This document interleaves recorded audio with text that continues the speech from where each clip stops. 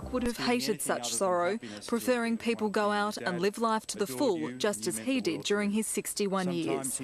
Peter lived his life like he raced, always flat out.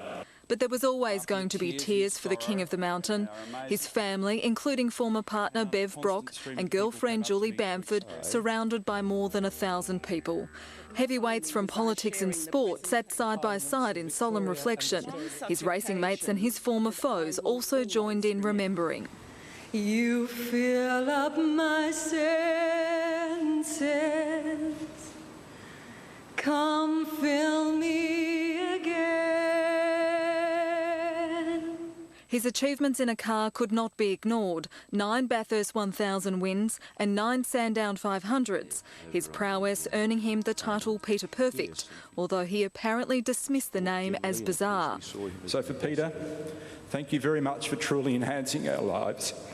Thank you for being such a great bloke and a great Australian. But off the track, the boy from a country town spread his message. Anything is possible, mentoring Olympians and advocating for the Indigenous community. He inspired the faith that we can deal with and overcome adversity. He was never daunted by the obstacles which confronted him. To racing fans, he was a hero, but there was also another side to the man. He could piss you off, he could rub you the wrong way, but he could also make you feel so special and so happy. But I'll just let him know that I loved him, we all did, and I'll miss him. And I miss the fact that he won't get to see his grandchildren grow up.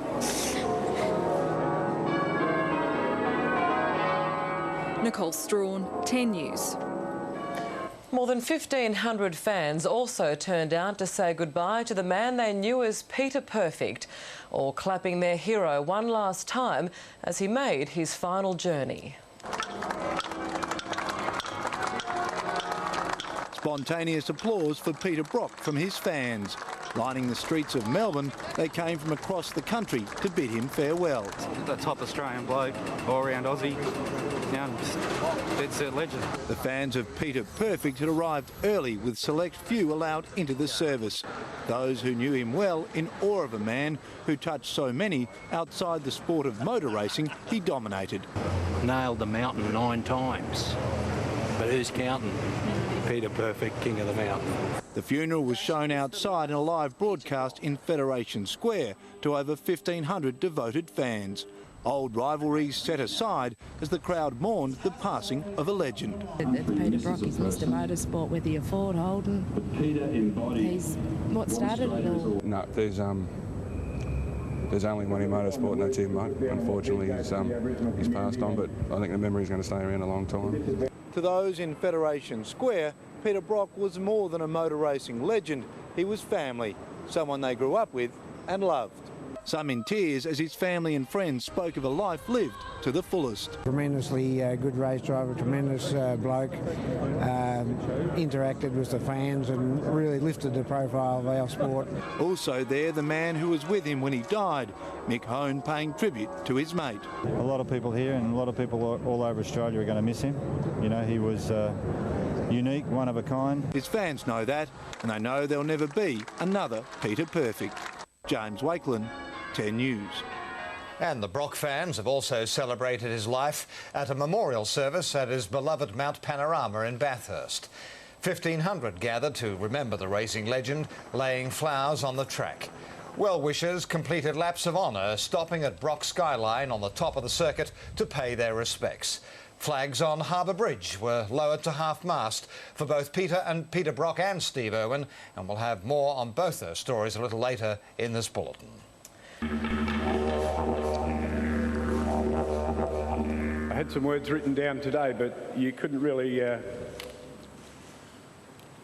couldn't really find the words to put down on what Peter gave to the Aboriginal community and to disadvantaged people. Brock, the humanitarian, the politician, the philosopher, the adventurer, chasing new and exciting experiences, knowledge and relationships with a kaleidoscope of personalities.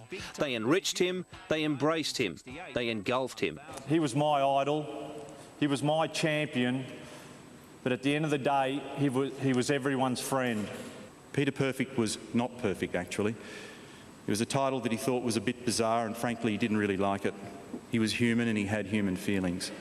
So to Alexandra, Robbie and James, please let me assure you of one thing. Your dad adored you and you meant the world to him. Sometimes he may not have easily shown or communicated his love and pride, but you can take real comfort in the fact that your dad held you so very close to his heart.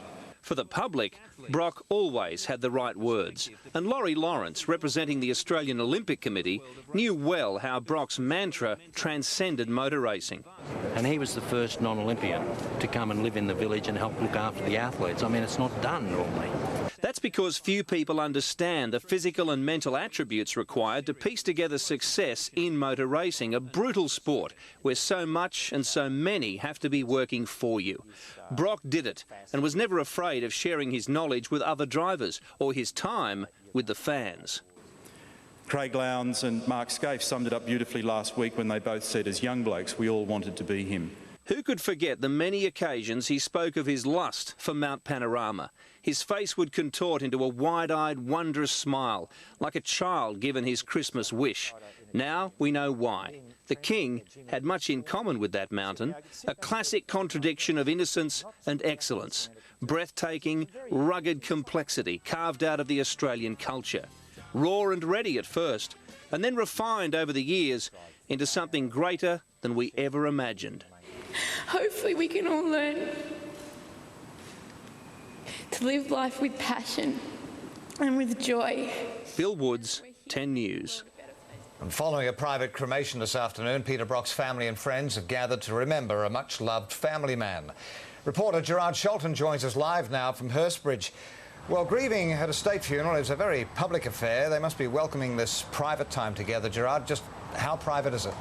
I think you're right, Mel. A few hundred or so of his closest family and friends have gathered after what's been such a public outpouring of grief today, just to reflect amongst themselves in private over a few beers here at Hurstbridge. About an hour and a half ago, his family arrived in a convoy of his signature Holdens after that private funeral, and that was followed by a private cremation.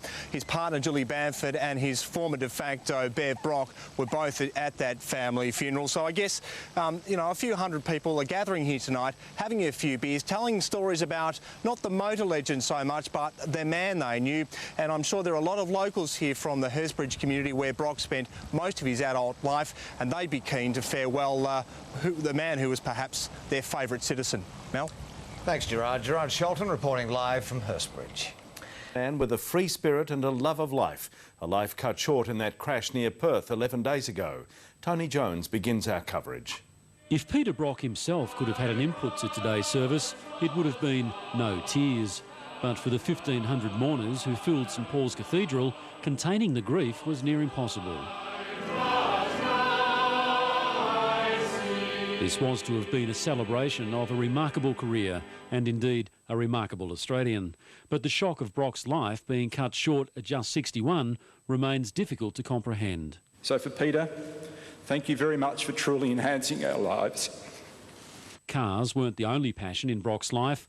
Culture also played a major part, as it did today. Brock had built up a great affinity with his local Aboriginal community. It too is trying to cope with the sudden loss. Commandar has now returned to his homeland on Wurundjeri country. Our way is to do a smoking of eucalypt leaves to protect his spirit for the next journey. There was so much for Peter Brock to be proud of, but never was that pride more evident than when he laid eyes on the grandson who'll never get to know his grandfather. And that's only added to the grief of his daughter, Alexandra. But I'll just let him know that I loved him. We all did. And I'll miss him. And I miss the fact that he won't get to see his grandchildren grow up. Showing insurmountable courage, Alexandra delivered the most heartfelt of tributes to her dad. To live life with passion and with joy. And that we're here to make the world a better place, because he sure did. If Brock had have been given the chance to make it a no-tears affair, few could have abided by the edict. Let me drown in your laughter. Politicians, corporate leaders and sporting personalities. Many had never met Brock, but all knew him. The emotion of the occasion overflowed to the steps of the cathedral.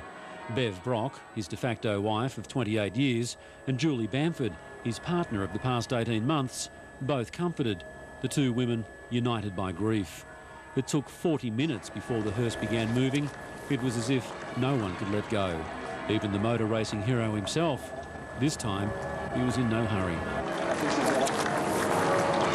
The Holden motorcade weaved its way through the city streets to a private cremation. This journey was his last. Tony Jones, National 9 News. And the farewells to Peter Brock weren't confined to the cathedral. Out on the streets were the fans who dubbed him the People's Champion. Brett McLeod says some travelled across the country to say goodbye. Long queues stretched along Swanston Street. Fans hopeful of being among the 200 or so members of the public allowed inside St Paul's Cathedral. First in line, Sue Mason, who'd been here since 6 a.m. She met her hero for the first time only 3 weeks ago. I just thought, you know, it was the best thing to be able to come here and pay my last respects to him here. For others, it was a tougher decision to come here. Matt Irvine's hometown is Bathurst. And he always had time for the little guy. You know, he always had time for anyone who needed a quiet word or a personal autograph. I owed it to him to come down today. For those who couldn't get in, a last glimpse of the Peter Brock phenomenon, the way most of us saw him on the screen. Taking the day off work and, like most other people here, just come and fly the flags, you know.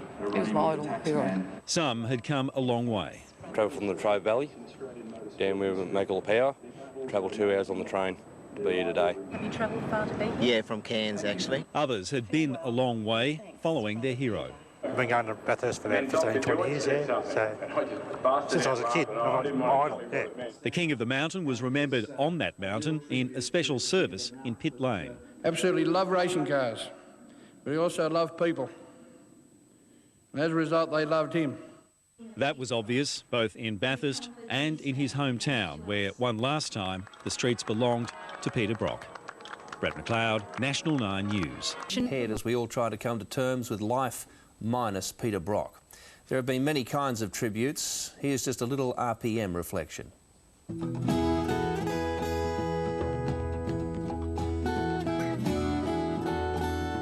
It all started here, the rolling hills, the ragged gullies, as raw as the young man who played among them. They've stayed pretty much the same over the years, but he changed. Brock, like the cars he drove in 4 decades of evolution, became something far more sophisticated. His life far more complicated. His legacy far more significant. Through it all, he tried to keep it simple. He could never have expressed it in his formative years as well as he did in semi-retirement, with sage-like reverence for his own gifts and opportunities. Doing what you're doing to the best of your ability and with honesty and integrity is the singly most important thing you can do. And look, I've had times when I haven't won races, but somehow you come up smelling like roses. And I've had people like Mobile come to me and say, Peter, I don't know how you do this, but you've come up trumps, and we just want to tell you that we'd like to support you as long as you want to go motor racing. I think, gee, that's a pretty good thing to hear. And it wasn't necessarily from winning a race. So it's a strange thing, isn't it? Giving your best shot is probably what it's all about. At first, it was all about sheer, untainted fun. Paddock bashing on this 200-acre property where rickety sheds were mines of precious metal, salvaged and shaped into weird but testing contraptions like an old stripped-down Austin 7. I might add that when I constructed that car, I bought it as a complete vehicle. Nowadays it'd be considered to be a very collectible vehicle, I imagine. And in my haste to remove the body shell from the chassis, I took to it with an axe, our household axe, and actually hacked the steel bodywork off. I don't think Mum ever really forgave me because she cut the firewood, as mums did. Years of experimenting and tinkering, overseen by a bemused mum and technically proficient dad, resulted in one of the most potent homegrown combinations seen on Australian circuits. Brock's real racing debut was in a modified Austin A30, bought for $15. It featured framework from a Triumph Herald welded underneath. And there it was, the piece de resistance, the HD Holden with the 179 cubic inch engine. And I got to tell you, it was just sensational. You know, put it all together, and well, I couldn't wait to get it on the track, to be honest with you, Bill. I just glued it together, and you know, I didn't care about how it looked. I didn't care about the structural integrity as far as I was concerned. I just wanted this thing to get on the track and go. The truth is, the A30 and Brock sort of made each other. It was the 1960s, when even Formula One teams were still learning about tyre and aerodynamic development. So Brock treated every race like a school. Through your sheer enthusiasm and passion and love of doing it, you tend to get a result because you don't see what the side effects are, or the negative effects are. You only see the good things, which is, oh, it's slippery. Oh, we are more sideways than ever. So I learnt early on about tyres, and I learnt early on about, I guess, getting the most out of the car.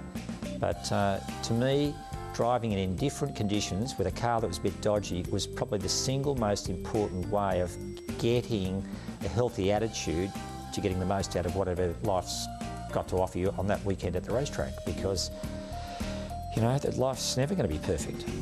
Even in his 60s, the boyish enthusiasm bubbled from a well that was once a raging torrent of passion, innocence, ambition, aggression, confidence. You're building a confidence level, that's very true, Bill. But you're also, I think, finding out a lot about yourself in the areas of seeing what ingredients it takes, just what facets it takes of yourself to be able to reach that point that on that day you're going to be able to give it 100%. And look, when I was sort of doing it, you know, absolutely week in, week out, day in, day out, and absolutely on a roll, you know, it's like I was just doing it. And I didn't sit back and even evaluate that too much, to be honest with you. And suddenly when you stop doing it, you sit back and say, gee, I've been very fortunate. I've managed to achieve something in my life in terms of my personal involvement and my ability to actually create something that I didn't respect at the time. I thought everyone did it. He was snapped up by Holden's first factory team and coached, controlled, cajoled by the masterful guru Harry Firth for his big-time debut in the 1969 Bathurst 1000.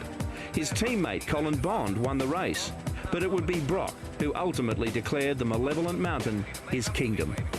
While drivers like Bond diversified, Brock staked everything he had on that hallowed ground, and year by year, he built layers of legend upon it. Your first one is always difficult because you don't know you can do it. And as a kid, you're full of self-doubt because you're playing in the sandpit with all these bigger kids. And you think, gee, do I really deserve to be out here playing with this game with these people that I revere? Then there is, I suppose, other times you might have gone there with the levels of adversity, difficult stuff, and you've still actually got a result. Well, you can say you're Peter, say you're Paul. Don't put me up on your bedroom wall. Call me the king of the mountain. Oh, the liquid tonic wastelands of cactus and heat, down cobblestone alleyways of washing day sheets, of Gooseberry mountains of sunset and space. Down the road, a familiar face, across the wilderness.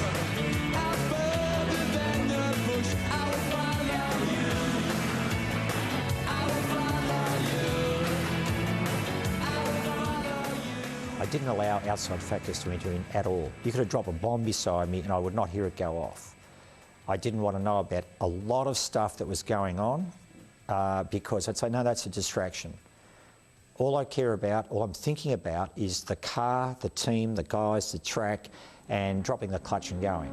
And then I would set very, very, I guess, strict levels of performance I expected of myself. And I'd have that measured by lap times. I was so intent in the moment of putting a lap together, I knew exactly what time that lap would indicate. So I guess that that was my way of maintaining a very high work rate and therefore remaining in the moment and, as they say, in the zone, because that's what it takes. I think that you've got to expect that of yourself, and that means shutting everything out and just getting out there and doing it.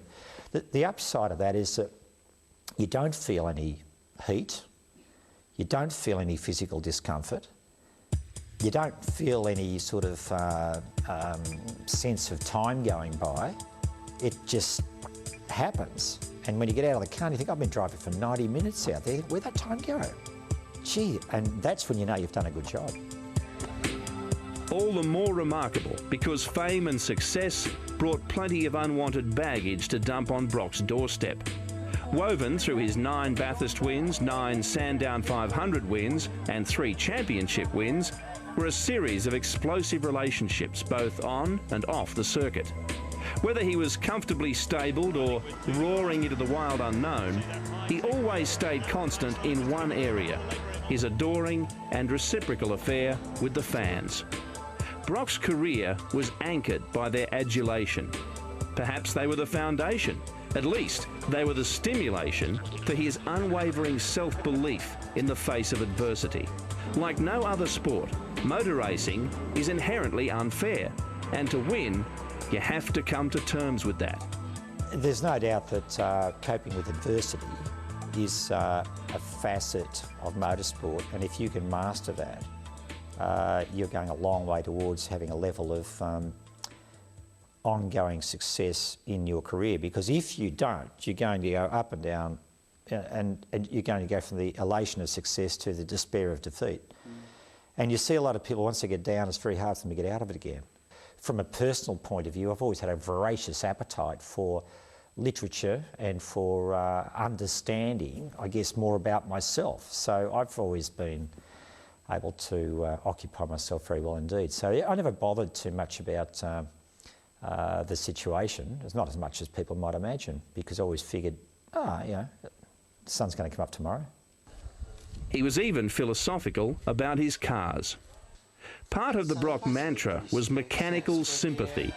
Asking about his favourite Bathurst car is like asking about his favourite pet. Probably the 1984 VK Commodore, so-called last of the big bangs. And I saw it described recently as the best-looking racing car that we'd built. In fact, probably the best-looking Holden ever built. I thought, wow, that's big, the best-looking Holden ever built. And it is a good-looking car. It was a beautiful car. You could drive flat out all day, cheap to build and maintain, reliable, looked fabulous.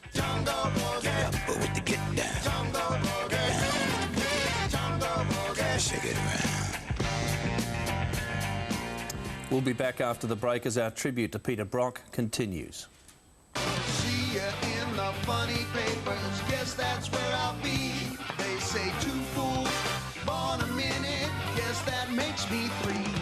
Hey, modulate, Daddy, modulate. Welcome back as we continue our tribute to the late Peter Brock.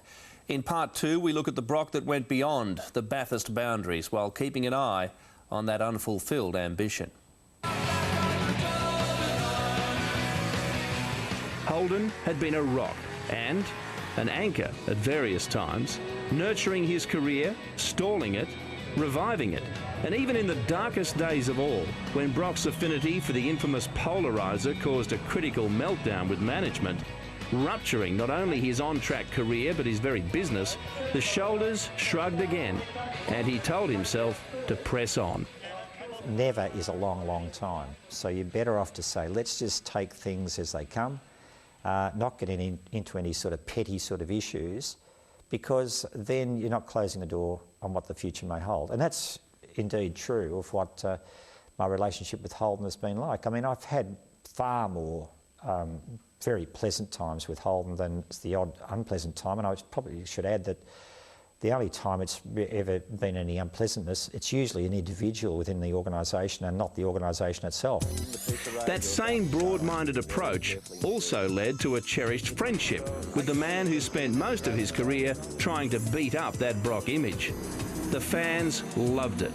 Brock and Moffat were Superman and Lex Luthor, depending on which badge adorned the front of your family car. But later in life, the two old foes found something there had been no room for on the track. No, Moffat and I found out that we shared a very similar sense of humour, fairly evil sense of humour. Peter was also extremely charitable at Bathurst. Anytime I got near him, he used to just do this. Actually, it was with his right hand, out the window, past me on this side. We love taking the mickey out of each other. We are the sort of people that support each other and we're friends without even seeing much of each other. And that's a very rare thing, as people would know.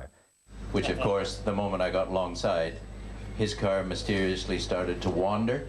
Very, very bad steering on those Tiranas.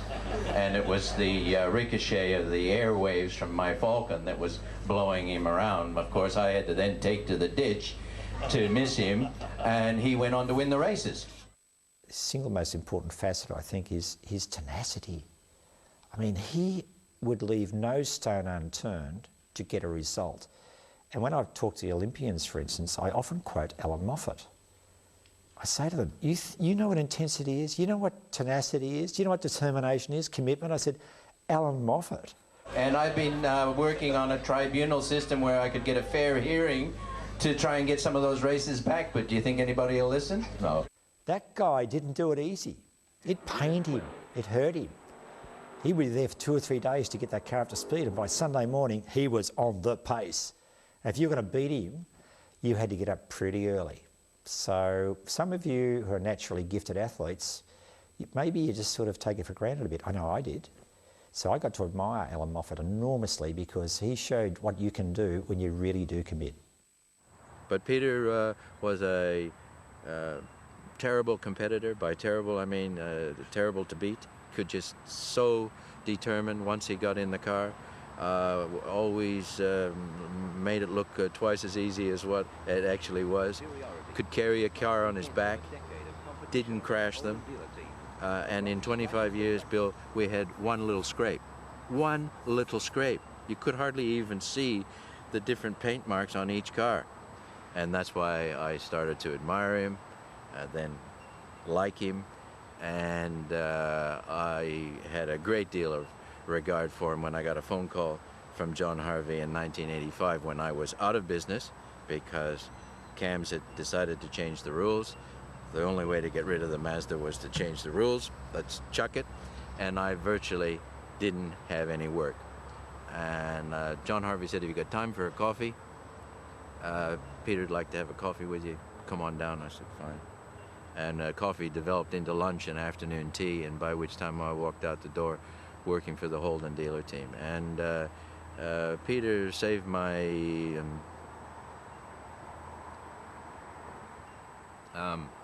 emotional stability by giving me work when it wasn't looking like it was going to unfold in a hurry.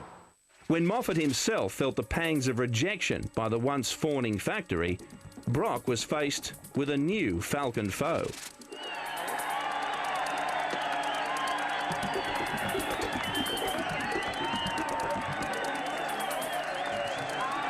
This was a different rivalry because, off the track, Dick Johnson was a lot like the lovable larrikin he competed against. It was a similarity that drew them together more readily. Brock spent a lot more time socialising with Johnson during their rivalry than he did with Moffat. Yeah, all those years that we raced together, we never really ever swapped paint. You know, we ran wheel to wheel, side by side, all that sort of stuff. But, you know, the competition was quite a bit different then. We had a tremendous amount of respect for each other, and we had to win fairly to feel good about it. And that's just the, I think, the relationship we had, and he was a great guy to drive against. Brock's extraordinary ride into the sunset in the 1997 Championship Series, after declaring his retirement, triggered massive crowds and many tributes. None more so than at Bathurst, where he was supposed to be making his last attempt at winning number 10. 110% concentration on the face of Peter Brock. He looks across at Glenn Seaton. Set to go, green light, they're away. Brock gets away to a great start. Sideways. He gets away, the best is going to be Brock. Perkins has got the outside run, but Peter Brock will take him through the first corner.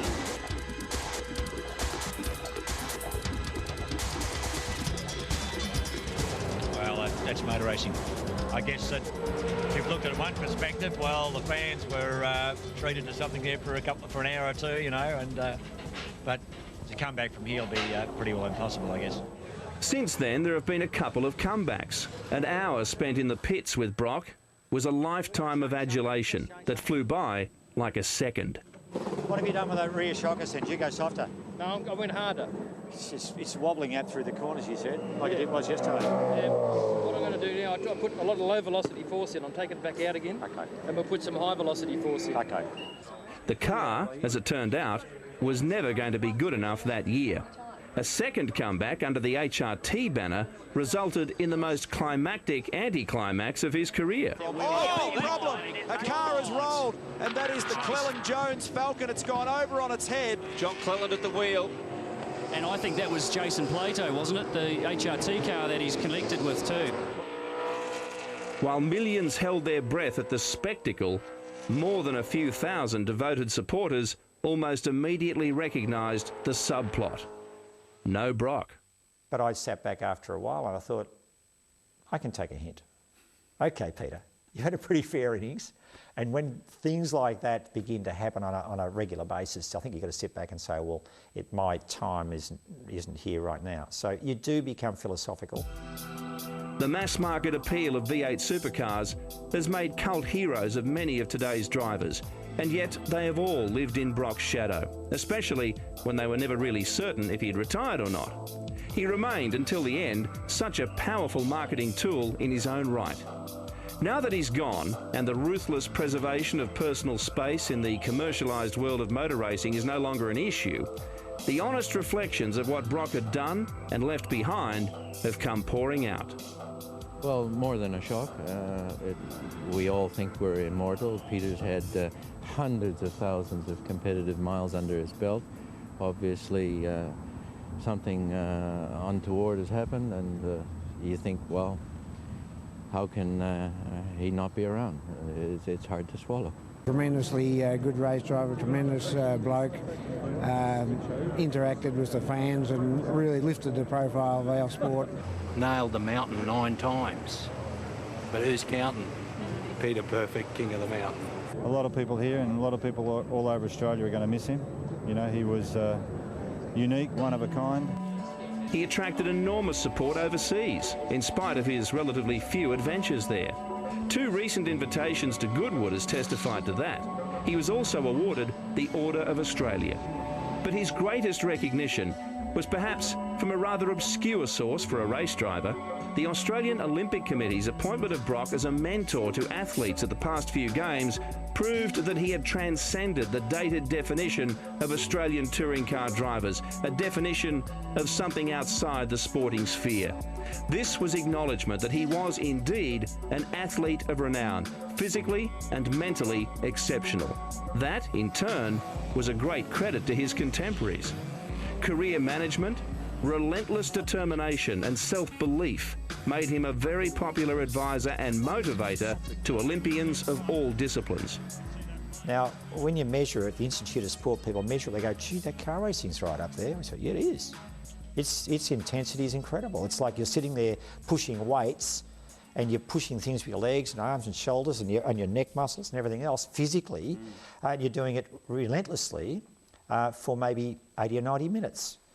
And if you sat inside in a gym and then transported that gym into a sauna and said, now sit back and do that for 80 or 90 minutes, there's not too many athletes around that could do it. Couple that with the fact that you've got other competing cars around you. It's like a high-speed game of chess. I love motor racing for that reason, that it's got the technical aspect, the physical aspect, and of course this whole business of this mental game that's going on, and the strongest mind is the one that, or the strongest collection of minds forms the strongest team, who are the more focused and everything else, and that's where it becomes QED. Like so many other greats who go too soon, too suddenly, Brock left us wanting more. He also galvanised us, if only in mourning. The adoring fan, the cynical journalist, the fellow racer usually too immersed in the gritty details to be sentimental. We can all now reflect on a man who never was Peter Perfect, as Neil Crompton said at his funeral service. That was too big a cross to bear. But for a sportsman, he had it all.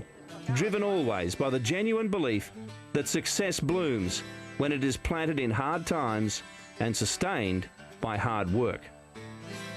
So I never ever look at life with any regrets, because those experiences have made you who you are. So you sit back and go, hey, that's what it took for me to actually, for the light bulb to light up, to say, now I'm going to do it differently. That's just the way life is. So I think that going and doing it tough actually is a great benefit. You can't force people to be a certain way. They may have the intelligence and the wisdom to take on something without having to do the hard yards. If they do, so be it. But don't bet on it. Sure, we was acting like a couple of kids. Good to remember. You know that it is. I still feel it like the sun on my skin. Maybe that's better.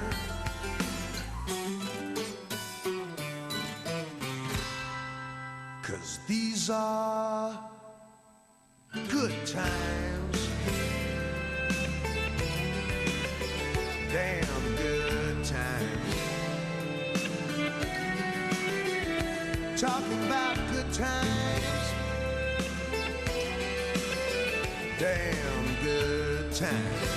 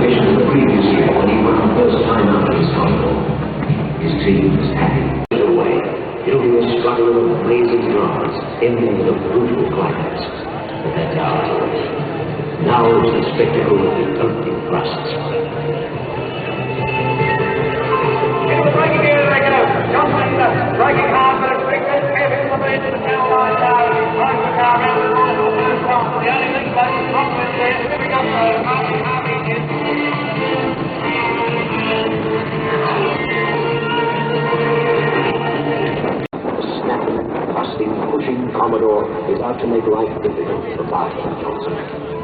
But as they roar into view, Brock's race has only seconds to run. The first great shock in a race of many shocks is about to occur. Inexplicably, the leading car slows. The bigger cars whip past. Something is obviously wrong. Sudden savagery of the one man who's tamed it better than any other. Yeah, we're bringing the car around the back because Harvey's running pretty good and we can't afford to fix it outside. It'll take too long. So how long do you think you'll lose? We'll lose a few laps unless there's something drastic happens with the leaders.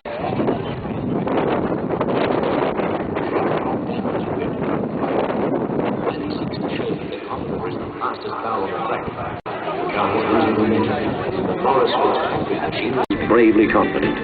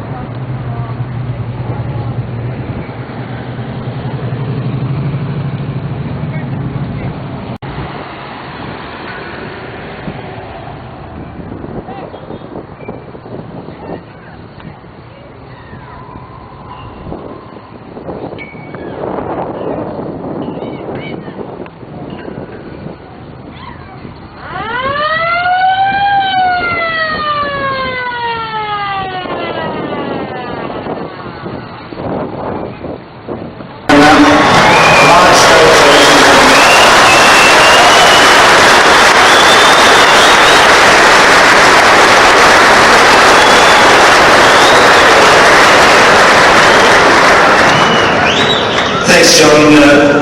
Firstly, I'd just like to reiterate some of Neil Compton's comments that he made on Tuesday at Paul's Cathedral for Peter's funeral. He basically, from an industry perspective, spoke about what Peter meant to us and what he meant to so many of you that are here today. Crombo said at the end, he said, "Thanks, mate. Our lives are all the better for giving it a red hot go." And I don't think that anything is more apt than that closure of deals in regard to Peter's life. I always remember qualifying alongside Peter for my first proper touring car championship event at Oran Park in 1988.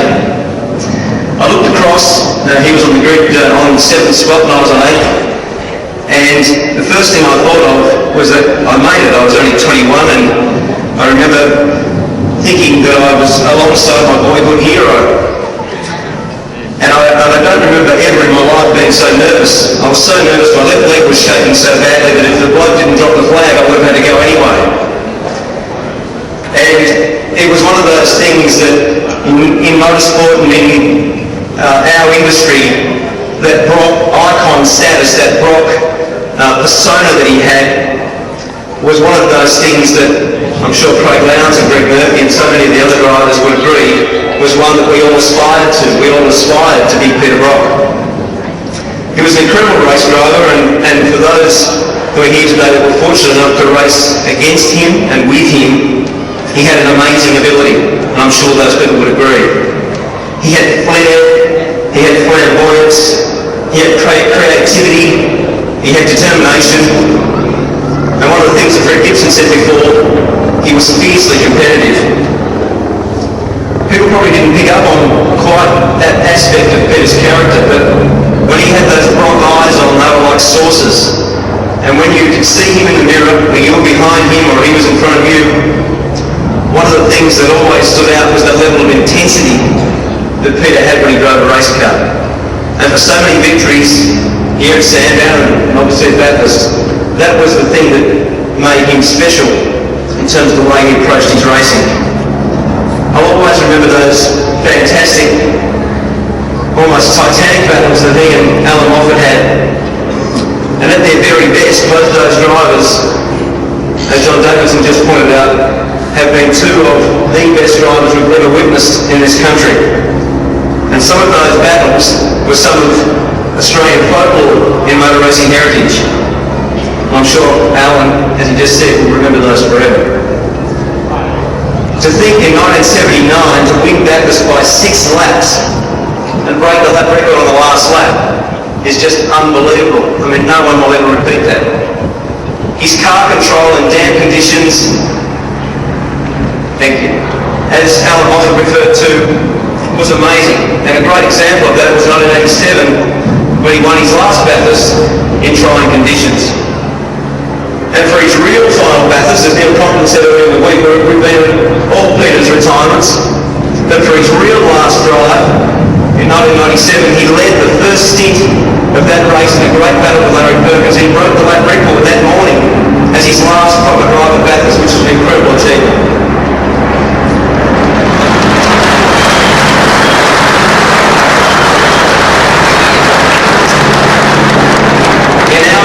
I'm sure the drivers would agree, there is no substitute for speed. He had that in spades. He was incredibly fast and incredibly determined. Everybody here recognises the extreme talent and success that Peter enjoyed. But outside the car, there was much more to him. And over the latter part of his career, I was fortunate enough to spend a lot more time with Peter as teammates and genuine friends. He valued things. He had a great zest for life, and he really wanted to contribute much more than just in a motor racing capacity. He had a real willingness to inspire young people. He had tremendous energy, and he, like Jim Richards, had the ultimate faith in their ability. You could ask them questions about racing or driving, and you get an honest answer. And I know Neil Compton would agree that when you ask Brock, what are you doing there, PB? Where are you braking? What are you doing? He had no problem in telling you, because he knew that if you did a good enough job and you could go as fast as Peter Brock, you were doing a bloody good job. He wanted to explore the boundaries. I'm sure a lot of you would agree he had some quirky, bordering on weird ideas sometimes. But that was Brock, and that's what made him the character that he was. He was inquisitive. He'd walk into our garage and he'd say, "Skate, what's going on?" He'd ask questions with genuine interest, and like us all, he made you feel special because he was genuinely interested. Peter was the complete racing driver. He was the sports spokesman and the most public figure. He was Holden's ambassador. He was a great family man, and he was the icon of our industry.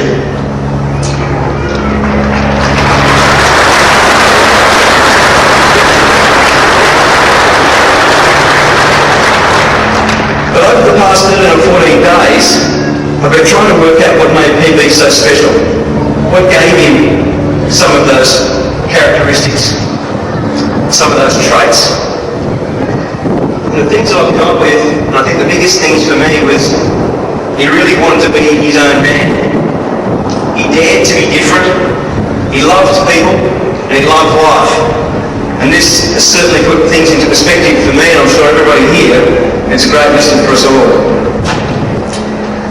Peter's real desire was to simplify and accept things as they are. If it was wet, so what? You just accept it, you get on with it. It's the same for everybody. You get out there, and in PB's words, you have a red hot go. PB just wanted to race. I mean, Brock was a real racer.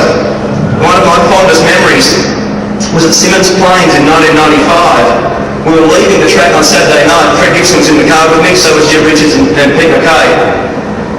And when we drove out of the gate together, we were in two Commodore Renters. And we just looked at each other and we knew we had to race, so we raced to the gate. So as we blazed out the back of the pit area, and you come out of the back of the pits, you turn left, right, up over the hill, on the hill, right-hander to come back out of the gate. Brock was in front, and I cheated. I went across the shortcut, across the grass, popped out over this ridge, popped out alongside him, up the inside of the next corner, and luckily it didn't happen all the time, obviously. It was a fantastic race. I beat him by a whisker. The next day, he come in and he brought all the mouldings and the plastic shields and the sun guards and stuff that I pulled off the front of the Commodore Renter. He brought all those to me, dropped them in the front of our pit area. He had to basically tell me, "Skatey, you cheated to beat me." But it was Brock in full flight. There was just a couple of blokes leaving the pit area who wanted to have a race. And if there was one thing that I remember from Peter's life, was he just wanted to be a racer. There's nothing else.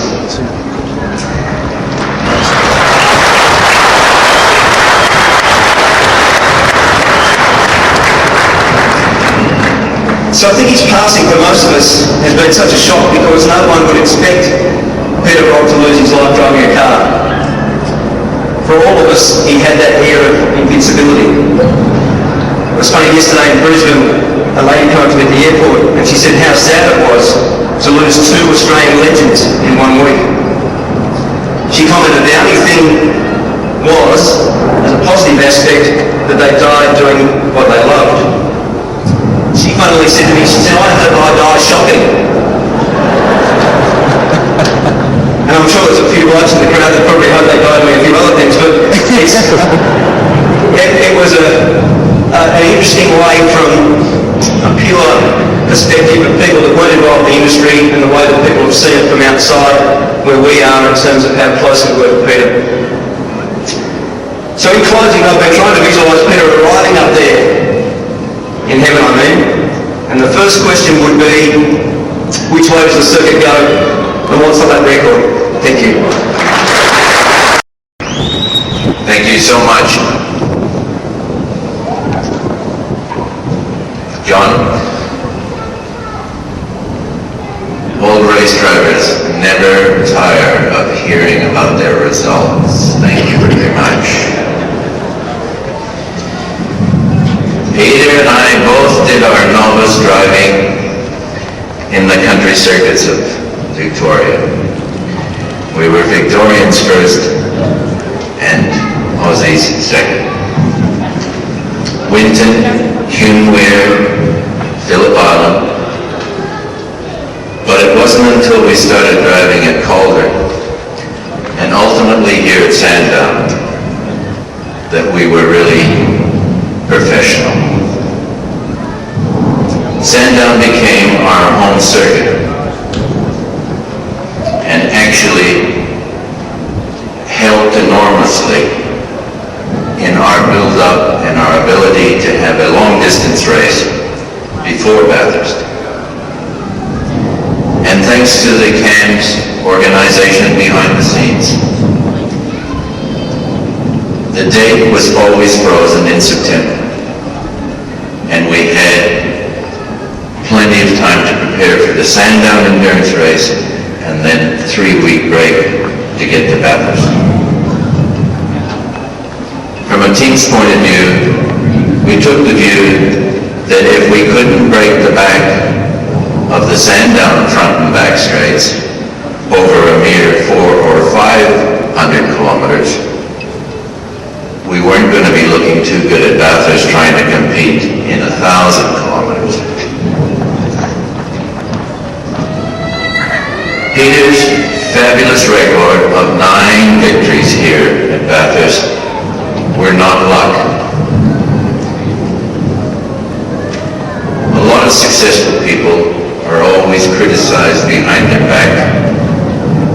He was just lucky. Or the other guys weren't trying.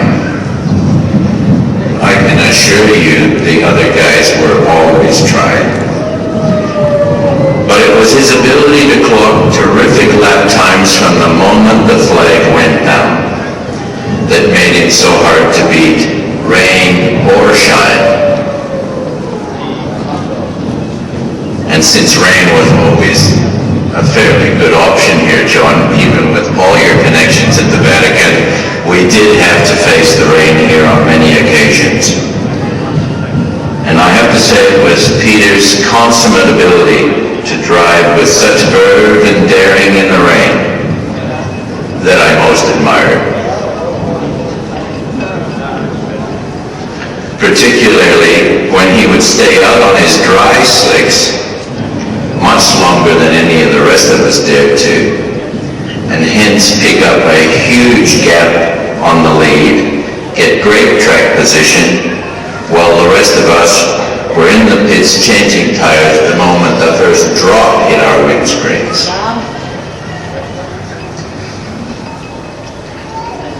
Peter's initial victory at Bathurst, one of many as we know, in this lovely little car that Harry Firth produced for him in the Holden dealer team, was very largely due to his tremendous skill at handling the wet, nasty, nasty conditions that prevailed that year. We drove against each other in hundreds of races, but as John has alluded to, we also drove together in a great number of races. And one of the thrills of my professional career was participating in all the fabulous great circuits of Europe in 1986, while John Harvey and I and Peter and others in the team prepared for what was going to be the onslaught of the World Touring Car Championship in 1987.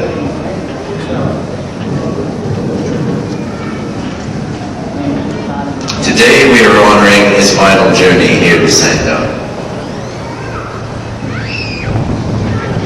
where a part of him will always remain in our hearts.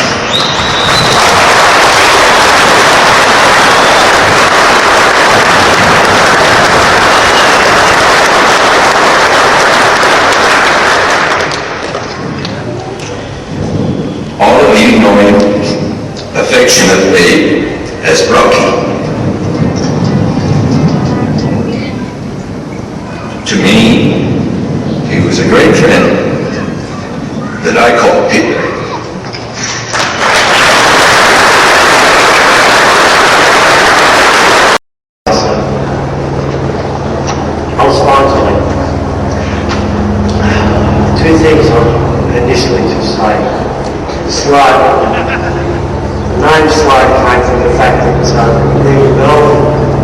lived in Sydney, from Slade Sydney. And John came from Sydney and lived in Keilor, so he was known as the Keilor Slug. It was very affectionate. The other one, just very briefly, Alan Goffin. I went over with my father, we towed Peter's car to Wanneroo in 72 it would have been, I guess.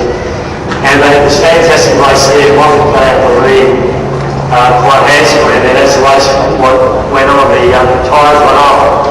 The track is like out there, the slope was all sand and grit everywhere. And towards the end, Pete caught him up for the last about 4 laps. It was just one cars all over the road, Peter's car, no hands on, headlights, and windscreen didn't less in the air. Moffat won by probably half a car. Without going into any history, I actually know better than Peter split last year. That's enough said on that. Ben was with Peter for in excess of 25 years and went through a lot of trials and tribulations and love with Peter in motor racing and with the public. And she asked me to read something to you, which I'm obviously very happy to do, and I hope I do it justice. On behalf of James, Robert, Alexandra and myself, I've asked God to express our extreme gratitude to you, Peter's fans, for the unwavering love and support you have shown him over the years.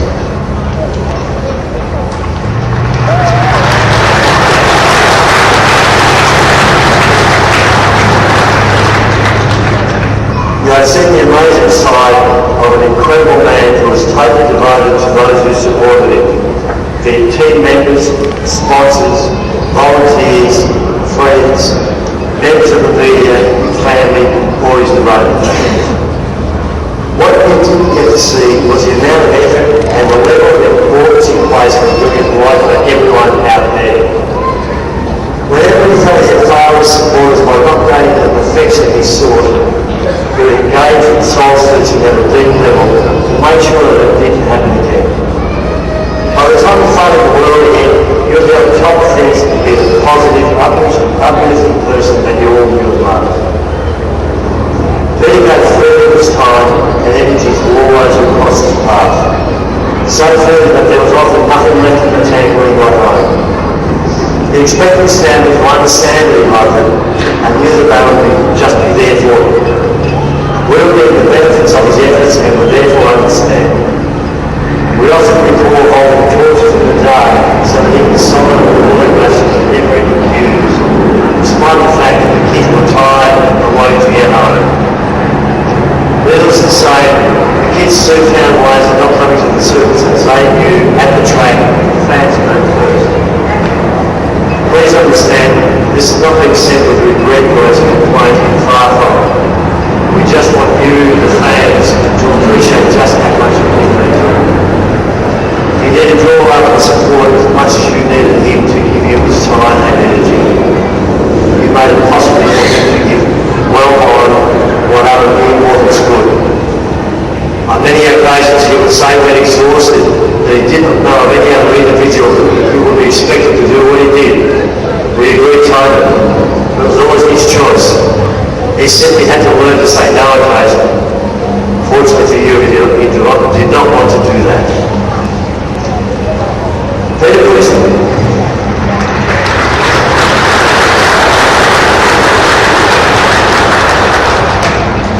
work in the community ahead of family.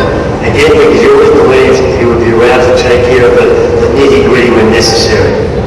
He placed little value on the $1. His love of people, community and environmental issues came first. If he could have made the world a perfect place, he would have. Without you, his life would have been a mere shadow. Instead, it was an amazing journey, filled with richness and meaning that very few people on this earth will